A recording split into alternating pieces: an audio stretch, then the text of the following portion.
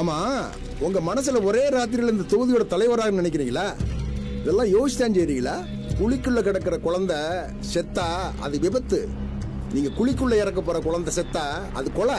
நாளை காலையில எல்லா சேனல்லையும் இதுதான் ஹெட் நியூஸா ஓடும். இது ஏன் தொகுதி. சட்டமன்றத்தில் எதிர்கட்சிக்காரன் என்ன கேள்வி கேட்பேன், நான் தான் பதில் சொல்லணும்.